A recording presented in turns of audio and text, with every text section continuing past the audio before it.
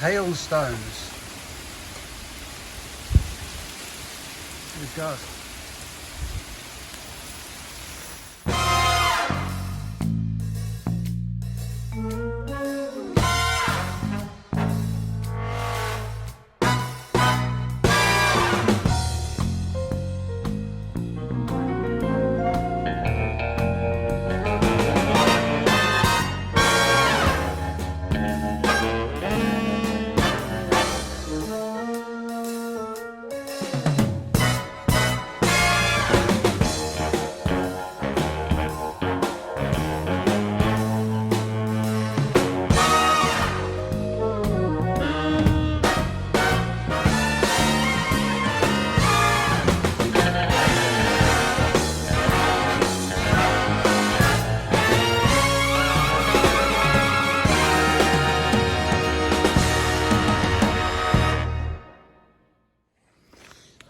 I've never been a great fan of grasses. This is a very simple grass. It's a Stipa arundinacea, and looking over this pond it looks absolutely lovely. It's just light and airy. Let's have a look around there. Look at that. Beautiful. It's just hanging over and it has a pink sort of hue to it. It's a lovely thing. The other Stipa, the ponytail grass, that's quite nice as well. But it's kind of gone over a bit now. But they just add a lovely little contrast to the garden. We're awaiting some big winds overnight, some hurricane that's adapted itself. Come over from America, I think. God knows what it is. It's been very hard to film when there's been so much wind because you can't hear properly. This is a crocosmia. I think this is Okavango, but I'll check. Beautiful colour. Trying to find something else to inspire you. Oh, look at that. Beautiful butterfly.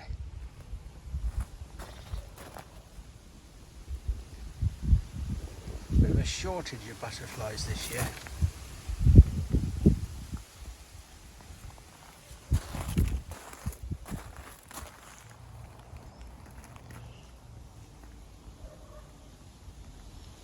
You handsome fellow.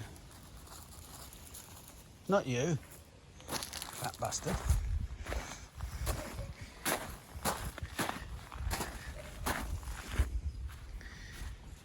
The crocosmias have really come into their own now. Constant Spry, for some reason, is having a second blooming.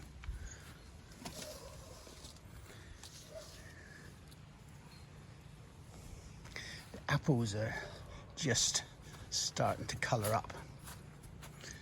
This is Katie. All of the apples on this pier area are Katie's.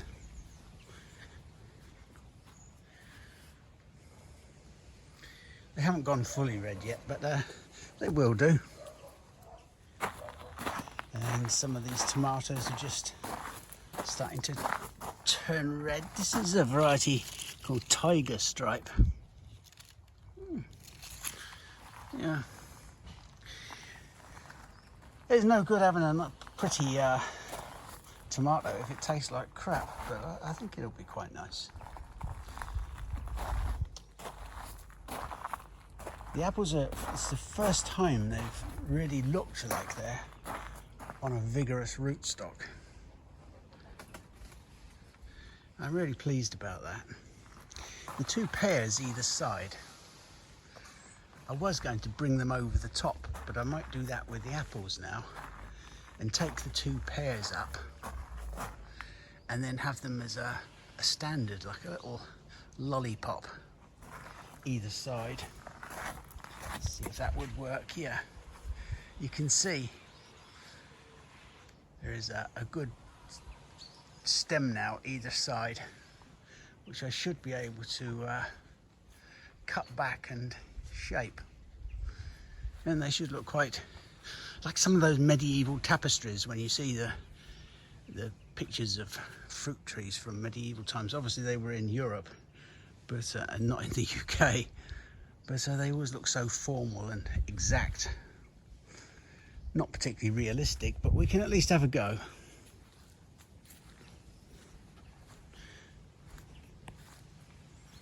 Pearl de Jour, the clematis, that's looking quite nice. It's just climbing and wiggling its way over the top. Oh dear, somebody's dropped something.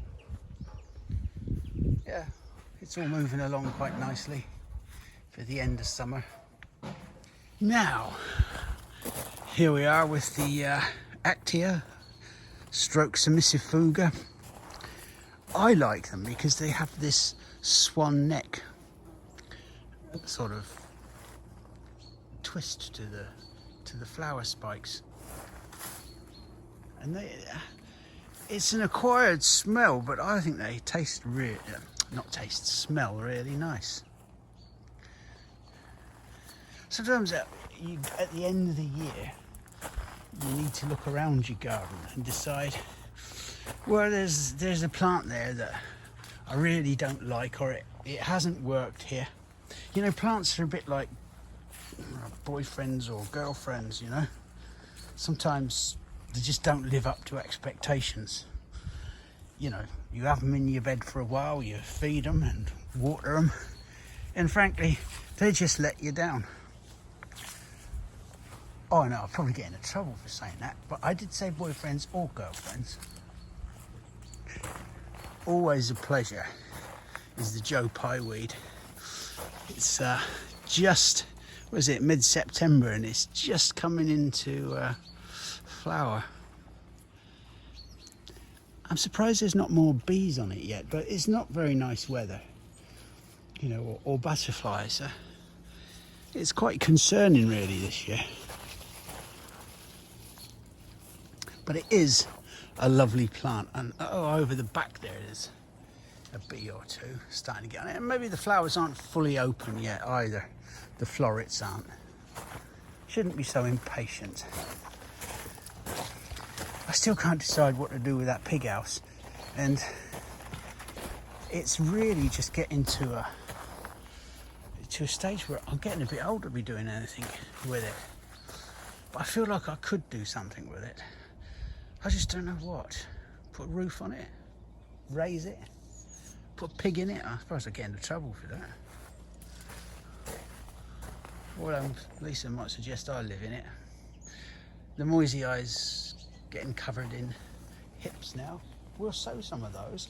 We'll also sow some of the submissifuga seed. Yeah. I need to have a really good tidy up in here. I've been spending my time in the kitchen, pissing about really. We'll get some warm weather in the next couple of weeks perhaps, and I'll start taking some seed, and then we can have this, like, what's the word?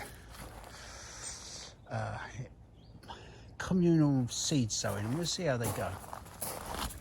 Always interesting, and of course it'll be a year or two before we see what they've done. They shouldn't have really, but one or two of the DT Brown foxgloves have put flower heads on. I think they'll flower better next year. Well, I hope they do. They're very speckled inside. I wanted them to just sort of cross-pollinate and just add to the genetic makeup of the foxgloves in this garden. There are quite a lot, but they can get a bit boring. They're either white or the same old wishy-washy pink.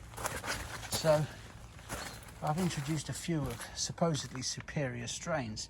They've got pissy flowers on this year because they really shouldn't be flowering. It's probably the season that's done that. A little eucalypt there, and I bunged that in because I had nowhere else to put it. Yeah. Oh, this is a sad old time with everything coming to an end, but it's a time to get in and have a good think about. I have to think about whether I'm going to put a few bulbs around here or there.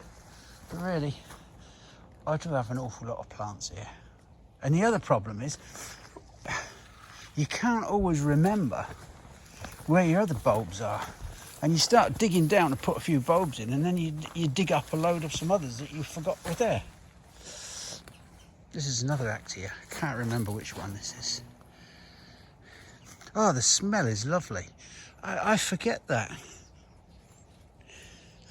This, unlike the veratrum plant, the veratrum album and nigrum, they flower for a long period, but for 3 days or so they have this smell, and I think I might have told you this before, and for about 3 evenings it smells of dog shit. Obviously it's to attract flies. Look, they've got very few but seed heads on, but they've got 1 or 2. I'm not sure there's anything in them.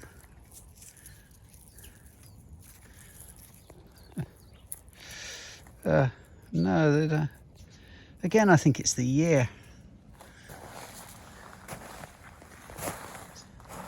This Chinese lace has got a few berries on. I wasn't sure what colour the berries were. Red.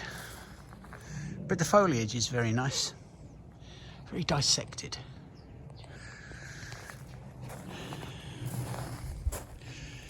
There is a clematis here. I have absolutely no idea what it is or where it's come from.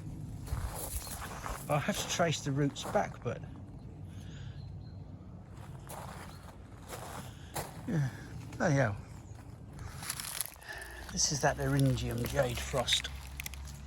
I'm just going to take a couple of the larger heads off of there. Maybe that one. Let's have a look at the seed. This is very hard to do one-handed. Yeah. It doesn't feel very viable. I don't know why. But anyway, we'll put it in one of these little bags, and we'll put that into the collection. Now, here's an aconitum, the monk's hood, Aconitum carmicii. You can see these have, they're maybe not quite as dry as I would like, but I think I'm just going to take them anyway and dry them off. I don't need very many. Must remember not to lick my fingers. There's another one there. I'm sure they'll be okay. I would like them a bit drier. There's another form over here where I think they are definitely drier.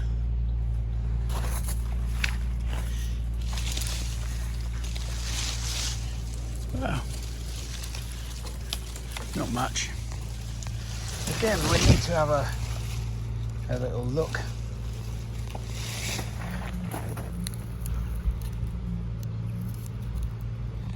Just open them up.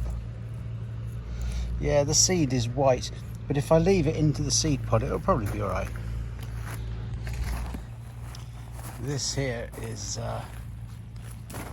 Echinops. We can usually just give it a squeeze. How much of that is viable, I don't know. It feels very light. It's a very bad year, but we'll have a little go and see. But Echinops, yeah, globe flower. And this is Hadsman's blood. Don't know if I've ever mentioned this plant before. It's actually gone over, so I'm just scraping around for a few potential seeds, and I'm not doing very well.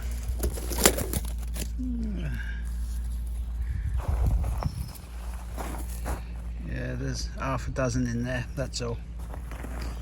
That's a sod.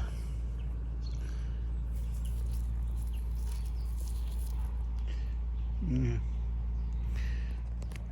Another of interest might be, what have we got here? This is clematis amber. There we go. Each of these is potentially a viable seed.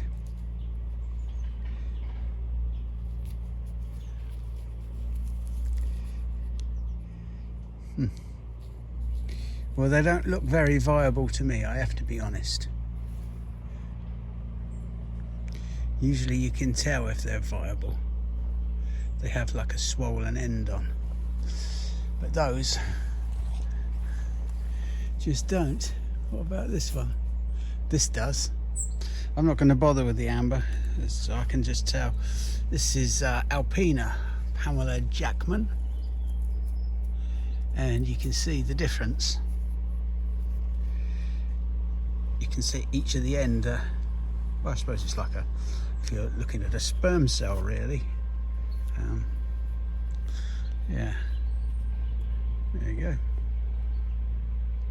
It's not a lot of difference, is it? I've done golden tiara as well.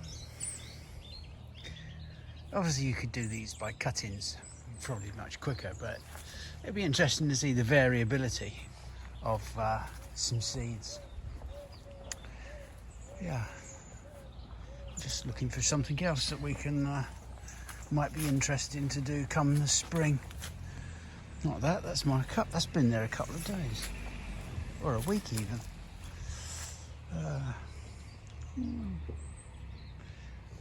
Somebody asked me about hosta seed, and yeah, you can do hostas by seed. They're not very exciting, but there are not many of them have got seed on them. That one has. Look at that. It's a pretty boring one though. The only thing is that you kind of hope that it might have cross-pollinated with something, and you get something a little bit more dandy, fancier. I think I'll give the hostas another week or so. There's another one there. There's a variegated one that's produced some seed. Yeah.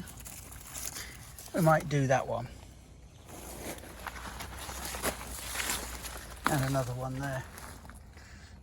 Well, it looks the same as that other one. They all look the fucking same this time of the year to me. You can see I'm not a great fan of hostas. I do like them, yeah, I do, but the variegations, you know, there's only sort of so many sequences of variegation you can get, like maculate, marginate, stuff like that, and then they all start to look a bit similar. Oh, it's a variegated hosta, that's nice. However, I shouldn't be such a philistine. There are obviously differences in the sizes, little dwarfs. George gave Lisa a very nice little hosta earlier in the year. We'll have to have a look at that. It's a little dwarf variegated mouse ear one.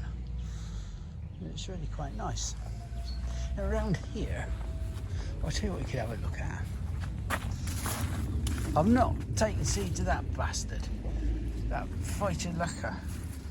Or Phytolacca. Look at it. Oh, it's fantastic. I mean, it looks lovely, doesn't it? But I'm going to end up with it everywhere if I'm not careful.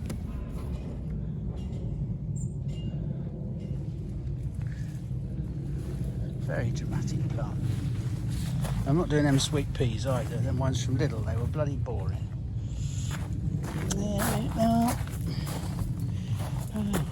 I'm struggling.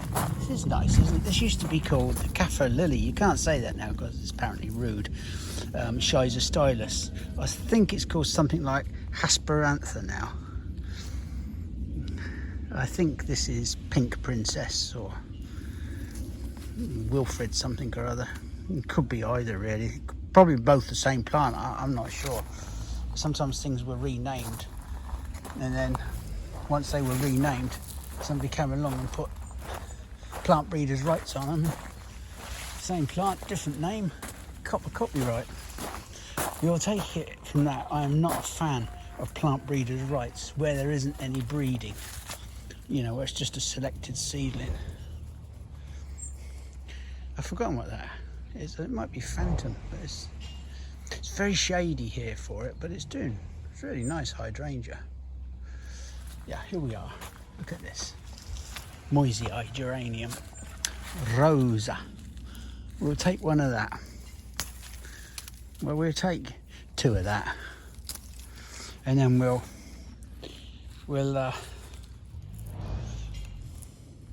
that's my pervert glasses. I'm not really allowed to wear them in the house because she says I look like a pervert. There you go. One plant that I do want to take is the dictamnus. You know, the burning bush, as they call it. And it's a lovely plant. There's Dictamnus purpureus, as we've been over before, and there's the alba, this one, which hasn't set any seed. Well, I wouldn't want it anyway because it's boring bastard. But the purpureus I do like, and there's a few seed pods on here which I'm going to take off now because I can tell they're ripe. And you just pop them off, and I'll let them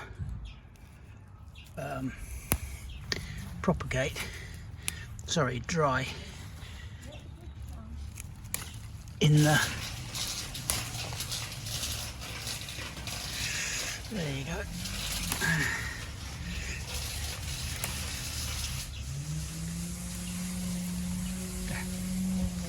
That's enough of them. Oh, there's another one there. I might as well sow them all because I can always give them to Thomas because they are a saleable item.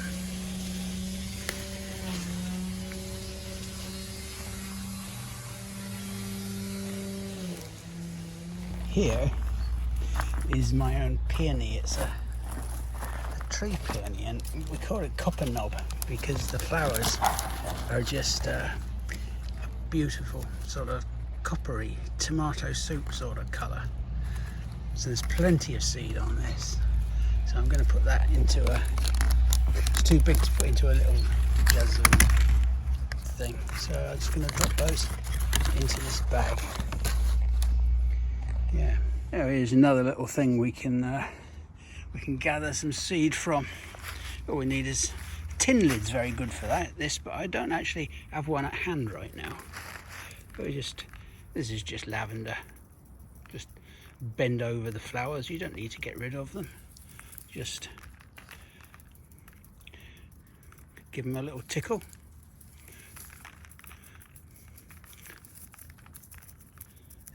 Yeah. Obviously, if you had a lid of some sort, I'll be honest with you, it's probably got some indoors, but I just can't be asked to go inside. Here we go. And we'll just take them down and stick them in a little seed packet. What are you doing? I've just wormed them. That one will eat anything, so you can get a worm pill downer. That one and her brother, I have to poke it down their throats. Not something I like doing, but I don't want to be feeding worms, and they don't need them. It's a drizzly, miserly old day. Look at that. You walk through all this crap, all this like old blown heather and bits of bracken poking through it and marsh grass, and it's all looking late summer and miserly. And then just under this thorn, just a little hawthorn tree, all on its own on this landscape. I don't know, maybe it's just me, but I find that quite incredible. Oi! Oi! Oi, turn around, you dirty bastard.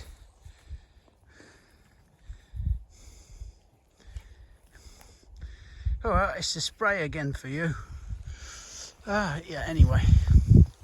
I think it's just lovely, and it's made its own little divot. It's like just grass and none of the other stuff's growing under here. and it's leaning because of the prevailing wind.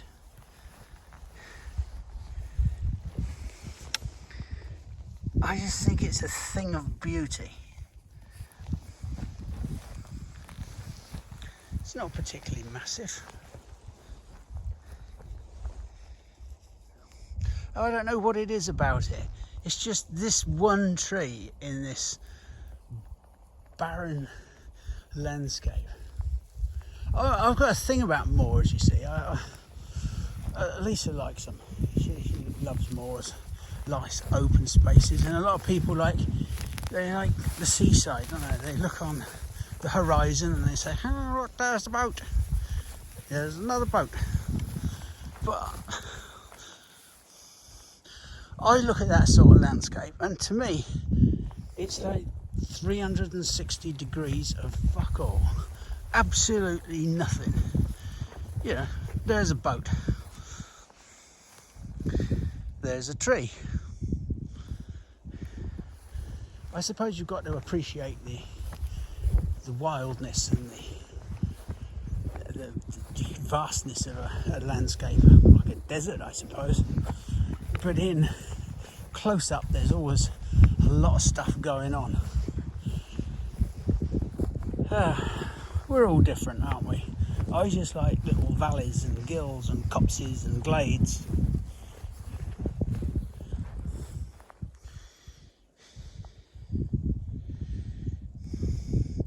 Actually, there's another tree further up that hill. That's the only two that there are. I lied when I said there was just one. I'd forgotten about that one, but it just doesn't look as nice as that one for some reason. That's enough getting all waxy lyrical about stuff. Look at this fella, he's curled up now. I've put him on my coat sleeve. I'm just going to let him go on the grass. Let's see if we can get him to uncurl.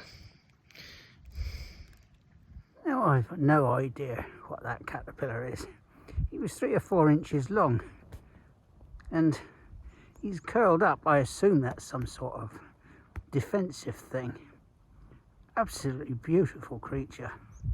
I just touched him. I was going to just put him on my hand and he just curled right round.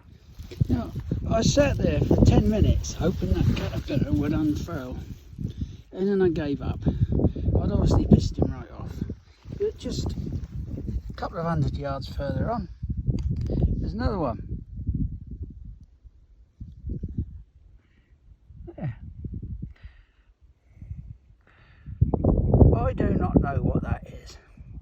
If I can find out, I'll caption it. They are quite amazing, aren't they? He's not going very far because I think he knows I'm here. And if I touch him, he'll probably just curl up again.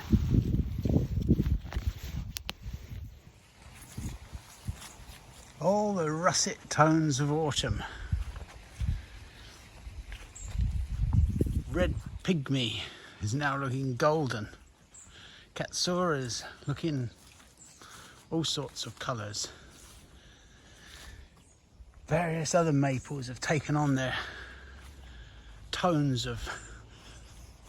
I'm trying to think of something flowery to say, but every time I say something really flowery and fancy, I feel like a right tit. Never mind. It's probably best we just go back to the beginning of these last 2 months. There hasn't really been a lot to film, so it might seem a little bit disjointed, but as you can see, stuff's moved on. It's just the end of the year. There's so much colour, but it's so transient, it just doesn't last very long. And then it leaves you with a load of crap to clear up. One of the things about hammer mallow is we forget how good the foliage colour is. This is witch hazel. Yeah.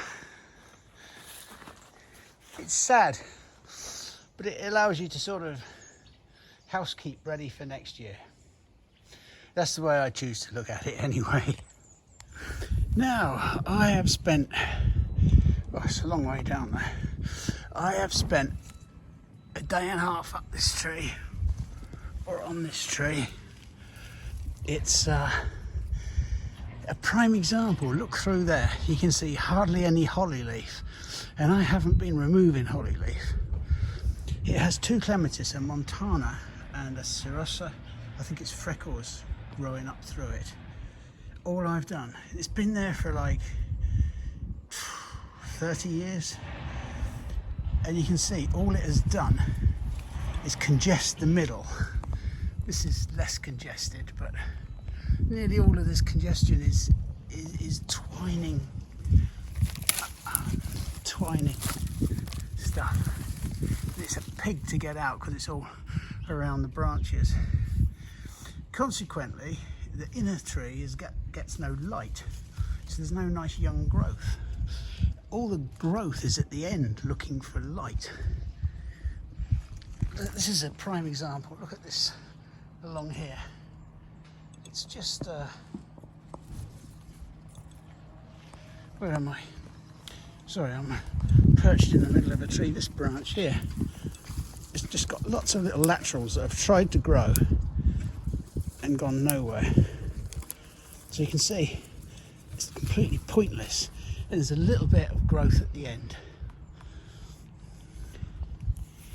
It's unsustainable in the long run because it's a fantastic old tree. I would think it's a good 200 years old.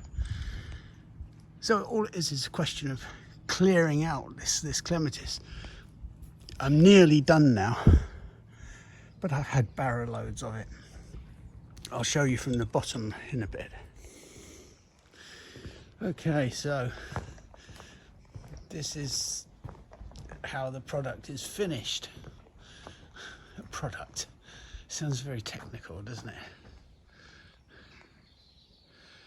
Yeah, it's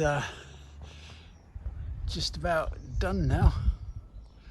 I would have liked to have taken about a third of the height off, but quite frankly I don't want to get up there.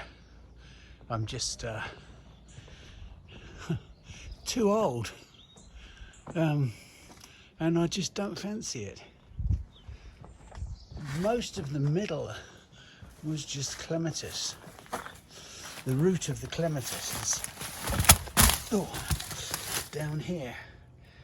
That's going to have to come out. Once I've got rid of about half of all the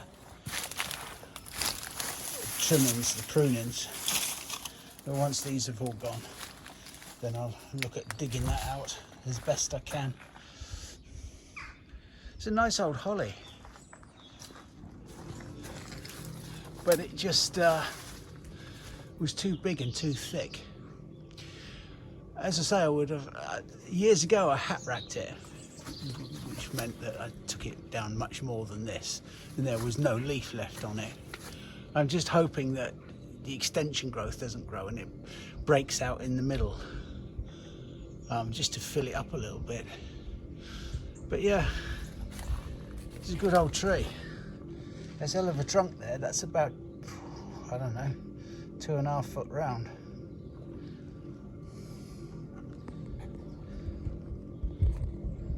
Job's done anyway. I won't be doing it again. I'll have to get somebody in next time. Well, I did have to take this little limb off. It was right irritating. It was making the whole tree look one-sided from this direction. But it wasn't too bad. That's much better now. Yeah, much happier with that. I just tidy up the cuts and slice this up in some little bits. It's a nice wood there actually for turning. Hopefully to dry naturally. What you're looking at, 5 years, 6 years. Yeah, it should still be kicking then, I hope. Well, the rain has enabled me to get on with some turning. Now there's some old elm, very, very old, about 250, these great big chunks here. And what I do is I get them on their side and turn them into chunks like this. This here, if you come in, I then cut them down into something like that. You can see that's like a big old chunk.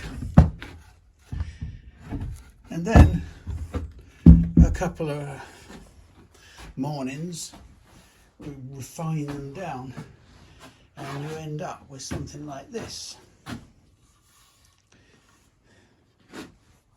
This is a platter, and the base is here. It's about 18 inches across. It's about 45 centimeters. Because it's very old, it has cracks in. What I do is fill the cracks in the middle. This is end grain. It's actually quite dangerous to do end grain, especially something this large, but it's very, very old and hard, so I'm not too worried. And these are filled with a black CA, super glue type stuff. They work, it's very, very nice. And there is the finished article. It's yeah, it's all right though. It stands on a leg, so that's the underside of it.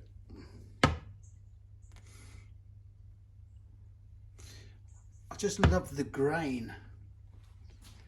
The grain of the wood is just unbelievable, really. It's I mean, there are better grains, but this is old elm. Yeah, does all right. I'll put a cake on there. I was just over at Eggleston, end of summer. I've popped over for a little nose about.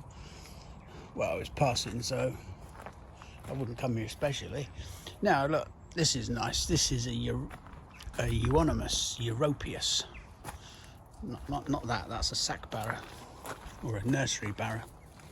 And look at those lovely fruits. When they open up, oh, there's one that's open. They have these lovely orange seeds inside. It's a lovely thing.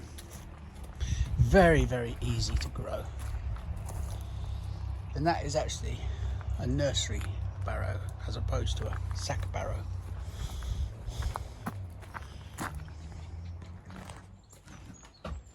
I want to put in some crocuses. I like crocuses, always have done, always will do. Little shishigashira starting to turn there. So at the end here I want to naturalise some crocus. So I want some blue and white ones. Rather than get them from Parker's, I got them from somewhere called Farmer Gracie. It seems to have sprung up in recent years. They come from Holland, nicely packaged. I've ordered 400. Jean d'Arc, I think that's meant to be Joan of Arc, or it was once, and another one called, a blue one called, if I can find it, Flower Record. Yeah, nicely packaged, beautiful thing. Little booklet with your receipt in it. There you go. 66 pounds. 400 crocuses. Good quality ones. What I'm going to do is tip one packet of the white and then one packet of the blue into a bucket. There's a difference in size between the blue and the white. The blue one on the right is considerably bigger. But I think they must flower at the same time, because the Farmer Gracie website show you a picture of the blue and white mix, so I'm assuming that they must flower at the same time. We shall see. There are primarily two main ways of planting bulbs in grass. This is one way with a spade, and there's plenty of videos out there to show you this. And you take out an H-shaped turf, well, a long rectangle, and then cut down the middle of it so it's outlined like an H, and then you roll back the turf either side. I'm not so keen on that. I don't get it's pretty standard, you know, sometimes the turf breaks up, and it's all right, it works fine. You can get too sort of arse nippy about this. I prefer this way, especially if there's a large quantity of bulbs, and that's just to use a bulb planter.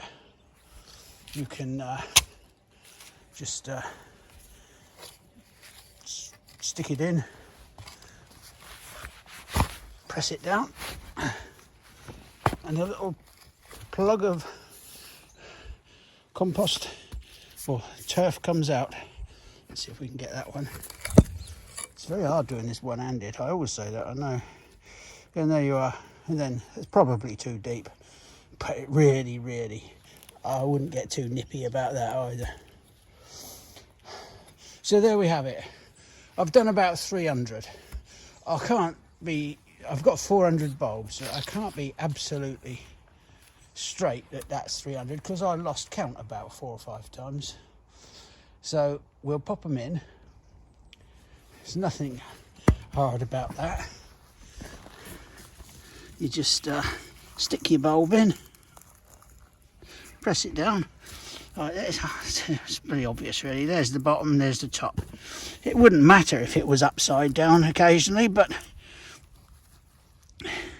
and then you just drop your plug back in and press it down with your foot. There we go. It'll take again, particularly in this warmer weather we're having these days. The turf will be fine. The important thing is, once this is done and these bulbs are planted, as I say, I've mixed them all up. They were in packets of 10, so I'm just going to shove my hand in and take one out here and there and hope that they mix up fine. We'll come back and have a look at it in the spring. If it looks crap, I shan't bother. No, I will. I'm putting 1 or 2 in off the grass just to make it look more natural. And I'll probably stick about 20 in around the bottom of this edging, just to look like they're little escapees. You don't want them lined up like soldiers. I've probably gone too far apart. I could put them a lot closer than that. They're about 5 or 6 inches apart. They could be half that, but some I have done closer. You just want it to look natural. So I'm going to get some knee pads on after I've had a couple of hot chocolate. Get some knee pads on and get these done, and then see how many bulbs we got left. I think come the spring that should look quite nice. I do want to leave a little bit of a path up the middle, because the important thing is to leave them. Oh, they're going to look crap, the grass is going to look crap, but it doesn't matter. Anyway, and a little path through there, not an exact path, and a little gap through there so you can walk down. I maybe shouldn't have put them at the base of that step. What a wanker. Never mind. So there you are. We'll come back and have a look. And as far as rolling back turfs go, yeah, you could do that. Maybe I'll do one in a minute and show it. No, I just don't like the effect it has on the turf. I find these little plugs, they're a bit like putting hair plugs into a baldy person. Not that I've needed to do that yet. Not that I would. All right, back in a minute. So there we go. All done. I'm just putting some water. Here I have, somebody's nicked my sprayer off the end. So I've got a thumb, that's alright, I'll have to do. Yeah, I'm just bedding them in a bit. We've got no rain forecast, so these little plugs are quite handy if you just bed them in with a good spray of water. Yeah, 400 holes. It took me about an hour and a half. The worst part was getting on your hands and knees doing it. Plugging out the holes was no problem. So I'm hoping it's going to look nice come the spring. Well, it's not really spring, is it? It's about late February, March. I would have hoped for a bit of rain after this, but there's no rain forecast for quite a while. It's a really strange year. We haven't had any frosts. You can see the, what is it? I think it's about the 10th of November, 8th of November, I don't know. And there's still plenty of leaves on the trees. I would have expected them all down by now. It's really irritating because they hide the turds on the lawn, which is another reason for having the hose out. I missed one. Never mind. That'll do. Actually, I've got a hole in my shoes. It's a bit wet now. No brains. So all done. And that, my friends, is the last thing I will ever buy and plant. Other than weeding and pruning and just tidying the garden, that is a gardening life over. Done. No more. Now it's just turning and carrying on with my model ships. Been great. Given my time again, I would do exactly the same. But I've had enough now. Look at that. That's that little dwarf viburnum bodman tense. Do you know, it's really, really small. Probably because it's a dwarf. It's very scented, that. See you next time. If you think I'm getting that off, there, let's have a look at your ass. Look, oh Christ, rolling in cow shit. Big wet pancake. You dirty bastard. You don't know what's come and go. Right.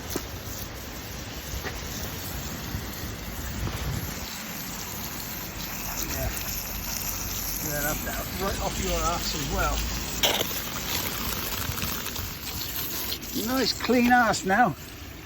And all the cow shit's gone. Yeah. Dirty bastard.